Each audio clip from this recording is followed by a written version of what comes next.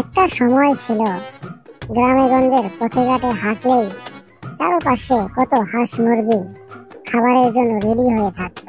আর আজকের দিনে এসে গ্রামের মানুষও শহরের মতো বড়লোক হয়ে গিয়েছে। তারাও আর বাড়িতে হাঁস মুরগি লালন পালন করে না। কোথাকার সেই বাজার থেকে সাদা সাদা কি একগুলো মুরগি কিনে খায়।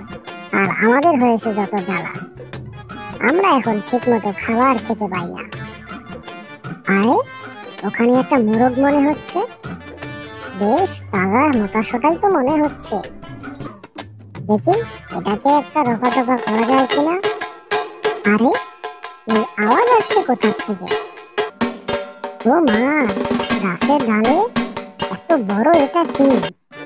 নিশ্চয়ই এর মধ্যে আরো অনেক বেশি খাবার রয়েছে। আমাকে তো দেখতেই হবে ওটার মধ্যে কি রয়েছে। কিন্তু গাছে উঠবো কিভাবে? যতই কষ্ট হোক আমাকে গাছে উঠতেই হবে। ওরে মা, পড়ে গেলাম, কোমরটা মনে হয় ভেঙেই গেল।